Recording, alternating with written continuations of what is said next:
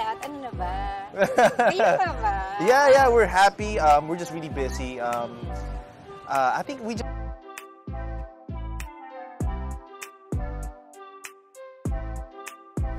Tila tinapos na ni Enrique Hill ang bulong-bulungan na hiwalay na sila ng kanyang longtime partner na si Liza Soberano.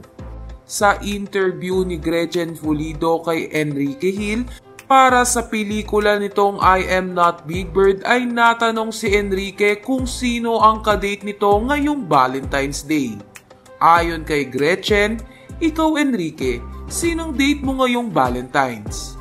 Sagot naman ni Enrique, it's gonna be my mom because sadly, I think Liza is in the US now, promoting Lisa Frankenstein but hopefully she gets back on time. She said supporting my film.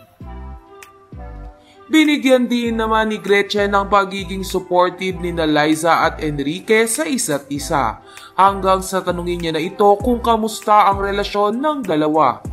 Ayon kay Gretchen, so tinatanong nga ng lahat, kayo pa ba? Agad nga itong sinagot ni Enrique at sinabing, yeah, we're happy. We're just really busy.